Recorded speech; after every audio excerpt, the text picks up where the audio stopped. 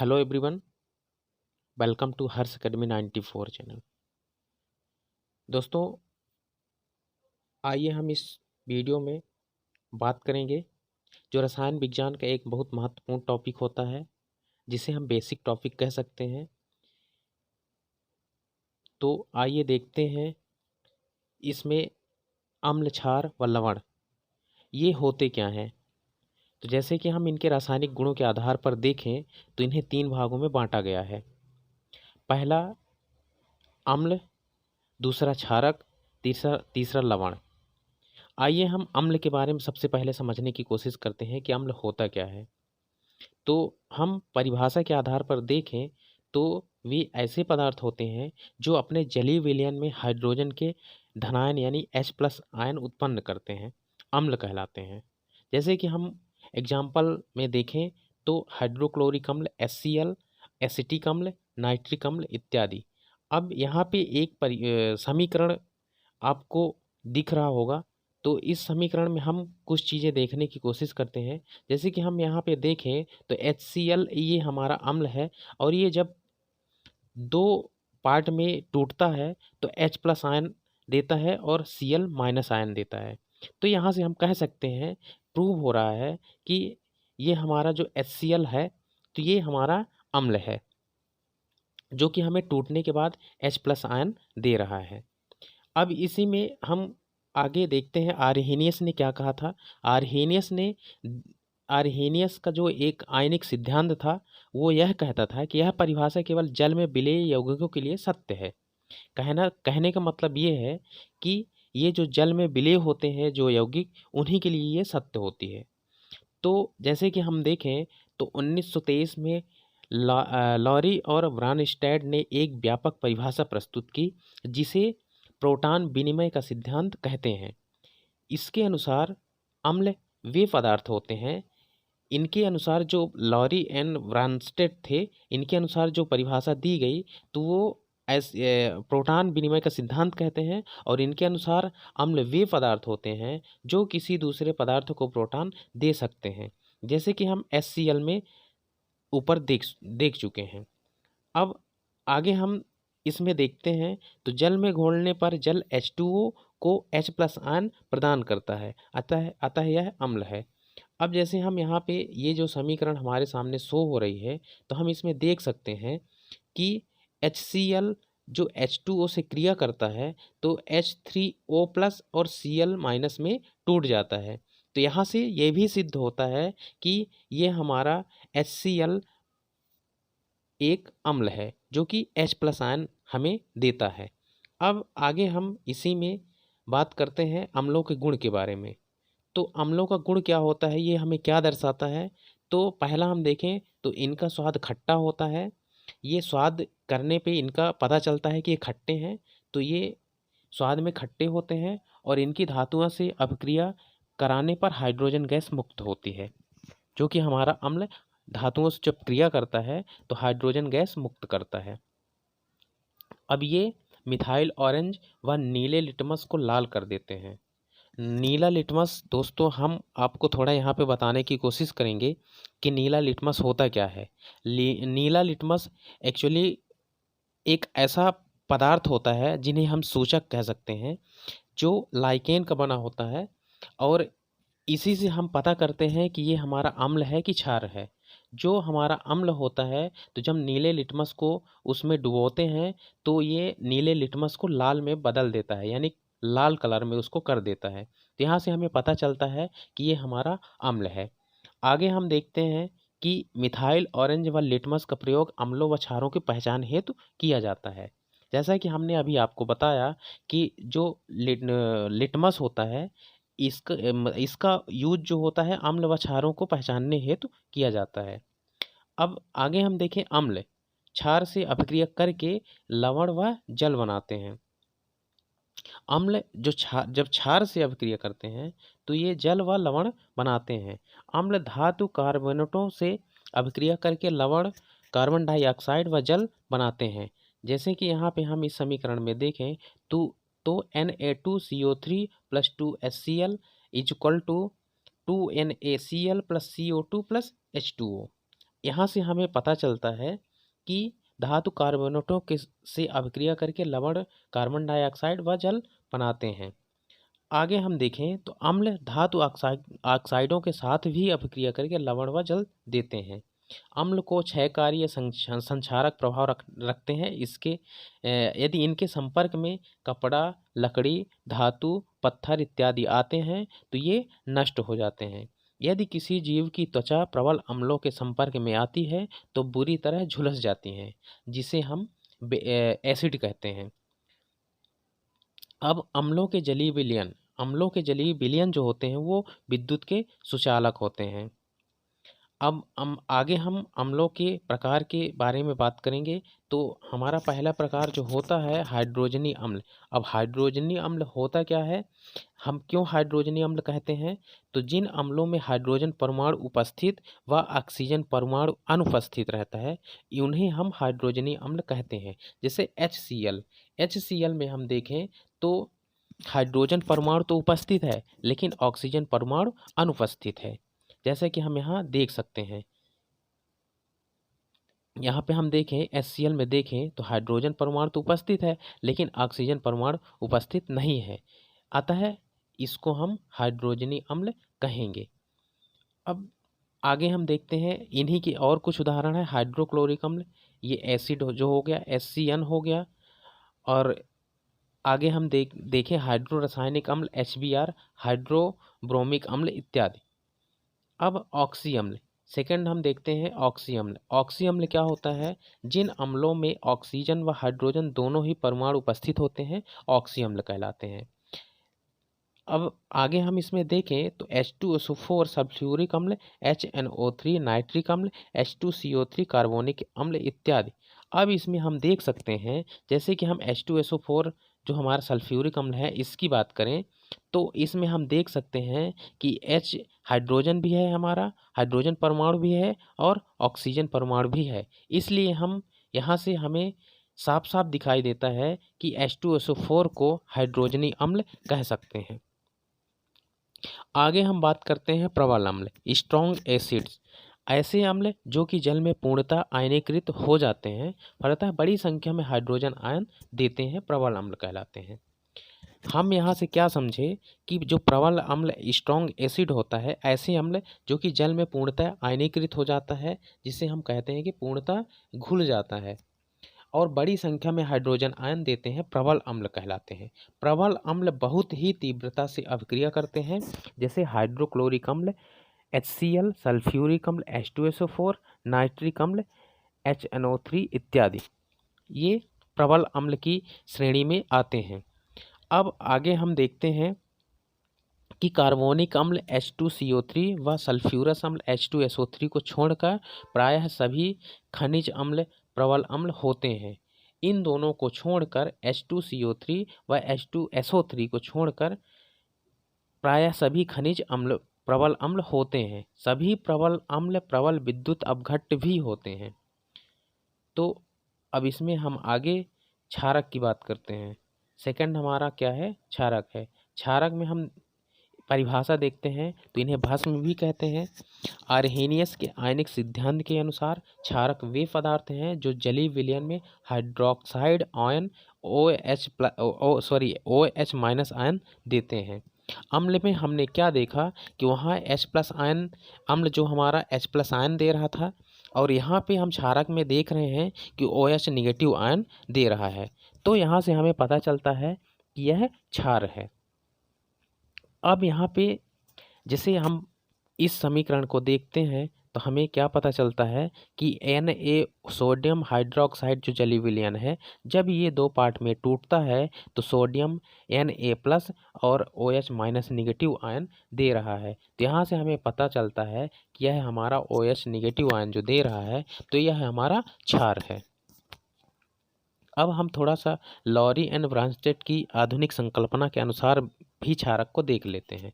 क्षारक वे पदार्थ हैं जो किसी दूसरे पदार्थ से प्रोटॉन ले सकते हैं। जैसे कि हमने अम्ल में क्या देखा कि वो किसी दूसरे पदार्थ को प्रोटॉन देते हैं, लेकिन क्षारक क्या करते हैं कि ये किसी दूसरे पदार्थ से प्रोटॉन ले सकते हैं। जैसे कि NH3 को जल में घोलने से यह H2O में प्रोटॉन H+ ले लेता है, अतः यह क्षारक है। जब कोई चीज, अब एक और समीकरण यहाँ पे हम देखते हैं, NH3 + H2O = NH4 + OH- ion है। अब यहाँ से हमें पता चलता है कि यह हमारा क्षारक है। अब देखिए, अधिकांश क्षारक जल में अविलेय होते हैं और कुछ विलेय भी होते हैं। जल में विलेय क्षारकों बेस को हम क्षार एल्कली कहते हैं, जैसे सोडियम हाइड्रोक्साइड, पोटेशियम हाइड्रोक्साइड। अब क्षारकों के गुण थोड़ा देख लेते हैं। क्षारकों के गुण क्या होते हैं? सभी क्षारक अम्लों से क्रिया करके उदासीन हो जाते हैं तथा लवण एवं जल बनाते हैं और अम्ल को भी उदासीन कर देते हैं। इनका स्वाद कड़वा होता है। हमने अम्ल में क्या देखा था कि अम्ल का स्वाद खट्टा होता है, लेकिन यहाँ पे क्षारक की बात करें तो इनका स्वाद कड़वा होता है। क्षारकों को छूने पर साबुन जैसा चिकना लगता है। यदि हम साबुन की बात करें तो साबुन में क्षार का ही यूज किया जाता है, जो कि हमें एक अच्छी त्वचा देने का काम करता है। अब इनके विलयन से विद्युत धारा का प्रवाह हो सकता है, अर्थात ये वैद्युत अपघट्ट भी होते हैं। ये कुछ धातुओं के साथ क्रिया करके लवण व हाइड्रोजन गैस बनाते हैं। ये अधातु ऑक्साइडों से अपक्रिया करके लवण व जल बनाते हैं। ये फिनोल्फ्थलीन को गुलाबी, लिटमस को नीला व मिथाइल ऑरेंज को पीला कर देते हैं। अब यहाँ पे थोड़ा कन्फ्यूजन वाली बात हो सकती है कि जैसे अम्ल में हमने क्या देखा था कि जो लिटमस है उसको नीले से वो लाल कर देता था, लेकिन यहाँ पे जो क्षारक है वो हमारा लाल से नीला कर देगा लिटमस को, और मिथाइल ऑरेंज को पीला कर देता है। तो यहाँ हमें थोड़ा ध्यान रखने की ज़रूरत है। अब हम आगे यहाँ पे पीएच स्केल की बात करें, जहाँ से हमें पीएच वैल्यू का पता चलता है। पीएच स्केल जो हमें अम्ल और क्षारक का गुण प्रदर्शित करता है, वहाँ उसमें 0 से लेकर 14 तक का अंक अंकित होता है पीएच स्केल में, और 0 से 7 तक एसिड को दर्शाता है और 7 से 14 तक बेस को दर्शाता है। अब हम यहाँ पे थोड़ा प्रबल अम्ल की बात करते हैं, जो स्ट्रॉन्ग एसिड होता है। तो जो 0 के नज़दीक होता है वो स्ट्रॉन्ग एसिड होता है, और जो 14 के आसपास होता है वो स्ट्रॉन्ग बेस होता है। अब यहाँ पे हम एक स्ट्रॉन्ग एसिड की बात करें तो HCl हमारा स्ट्रॉन्ग एसिड होता है, और वहाँ पे हम बात करें सोडियम हाइड्रोक्साइड, तो वहाँ पे वो स्ट्रॉन्ग बेस होता है जो 14 के नज़दीक होता है, और जो 7 के बराबर होता है वो न्यूट्रल होता है। जैसे हमारा जो ड्रिंकिंग वाटर होता है, पीने का पानी होता है, तो वो न्यूट्रल होता है, उसकी पीएच वैल्यू 7 होती है। तो हम यहाँ थोड़ा ध्यान रखेंगे पीएच स्केल के बारे में। अब यहाँ पे हम थोड़ा परिभाषा के अनुसार देख लेते हैं। प्रबल क्षार भी प्रबल अम्ल की भांति संक्षारक होते हैं, अर्थात धातुओं, लकड़ी, कागज, कपड़ा, त्वचा आदि के संपर्क में आने पर उन्हें झुलसाने व गलाने की प्रवृत्ति रखते हैं, लेकिन इनकी संक्षारक प्रवृत्ति प्रबल अम्लों की तुलना में कम होती है। जैसे कि क्षार तेलों व वसाओं से अभिक्रिया करके ग्लिसरॉल व साबुन बनाते हैं। हमने क्या बताया था ऊपर, कि जो साबुन होता है और जो ग्लिसरॉल होता है, इनमें क्षार व तेल वसाओं का उपयोग होता है। प्रबलता के आधार पर क्षारक 2 प्रकार के होते हैं, प्रबल क्षारक और एक दूसरा दुर्बल क्षारक। तो प्रबल क्षारक को हम पहले समझने की कोशिश करते हैं। ऐसे क्षारक जो जल में पूर्णतः विलेय होते हैं और परिणाम स्वरूप अधिक मात्रा में हाइड्रोक्साइड आयन OH- उत्पन्न करते हैं, प्रबल क्षारक कहलाते हैं। यथा सोडियम हाइड्रोक्साइड, पोटेशियम हाइड्रोक्साइड, ये प्रबल क्षारक की कैटेगरी में आते हैं। आगे हम बात करें दुर्बल क्षारक, वीक बेस। ऐसे क्षारक जो जल में आंशिक रूप से विलेय होते हैं, अर्थात कम मात्रा में हाइड्रोक्साइड आयनों को उत्पन्न करते हैं, यथा ammonium hydroxide, calcium hydroxide and magnesium hydroxide इत्यादि। ये दुर्बल क्षारक की कैटेगरी में आते हैं। अब आगे हम थोड़ा क्षारकों के उपयोग के बारे में देख लें। तो क्षारकों का उपयोग अम्लों के उदासीनीकरण में, प्रयोगशाला में अभिकर्मकों के रूप में, लवणों के निर्माण में, विद्युत अपघट्ट के रूप में, व कपड़ा, साबुन, औषधि, कागज, पेट्रोलियम आदि के उद्योग में किया जाता है। कुछ विशिष्ट उपयोग निम्नवत हैं, थोड़ा हम देख लेते हैं। सोडियम हाइड्रोक्साइड कास्टिक सोडा, इसका उपयोग साबुन निर्माण और पेट्रोलियम के शुद्धिकरण में, कागज एवं कपड़ा उद्योग में, सफाई करने में, दवा निर्माण में, रेयान संश्लेषित तंतु, सिंथेटिक फाइबर निर्माण इत्यादि में होता है। कैल्शियम हाइड्रोक्साइड की बात करें तो CaOH का होल ट्वाइस ये फॉर्मूला होता है। औद्योगिक निर्माण में ब्लीचिंग पाउडर CaOCl2। अब सार्वत्रिक सूचक की बात करें, यूनिवर्सल इंडिकेटर, तो यहाँ पे सामान्य सूचक जो लिटमस पेपर, मिथाइल ऑरेंज आदि केवल किसी विलयन की क्षारीय या अम्लीय प्रकृति की सूचना मात्र देते हैं। अब यहाँ पे कुछ इस टेबल पे pH वैल्यू दी गई है जो कि आप लोगों को याद रखने की ज़रूरत है। तो हम यहाँ पे थोड़ा देख सकते हैं कि सांद्र हाइड्रोक्लोरिक अम्ल की pH वैल्यू 0 होती है, तनु हाइड्रोक्लोरिक अम्ल की pH वैल्यू 1 होती है, अमाशय में पाचक रस की pH वैल्यू 1.5 होती है, यह भी तनु हाइड्रोक्लोरिक अम्ल ही होता है।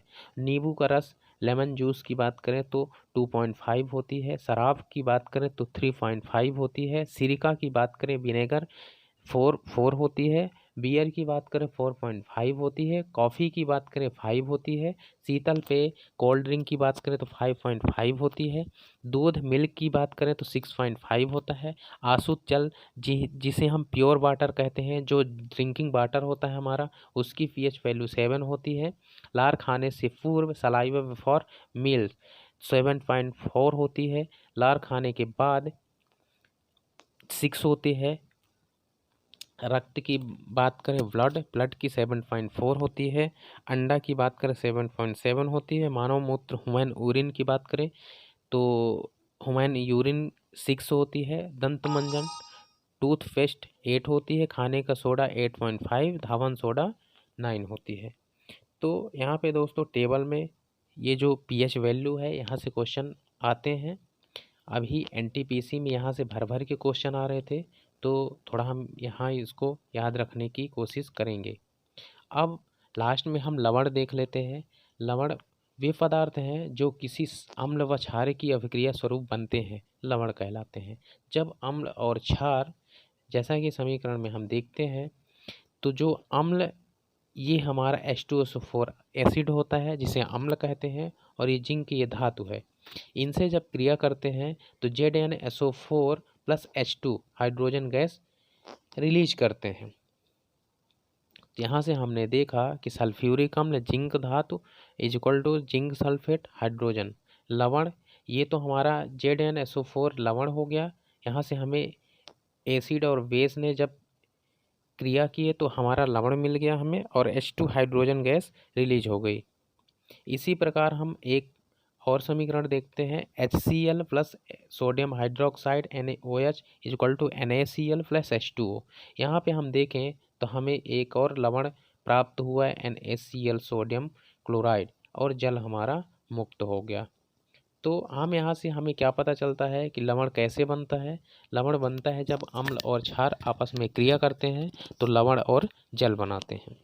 अब लवणों की विशेषताएं की बात करें, कैरेक्टरिस्टिक्स ऑफ साल्ट, इनकी बात करें तो थोड़ा हम यहाँ देख सकते हैं कि यह प्रायः ठोस पदार्थ होते हैं और इनका गलनांक, क्वथनांक, मेल्टिंग पॉइंट, बॉइलिंग पॉइंट उच्च होता है।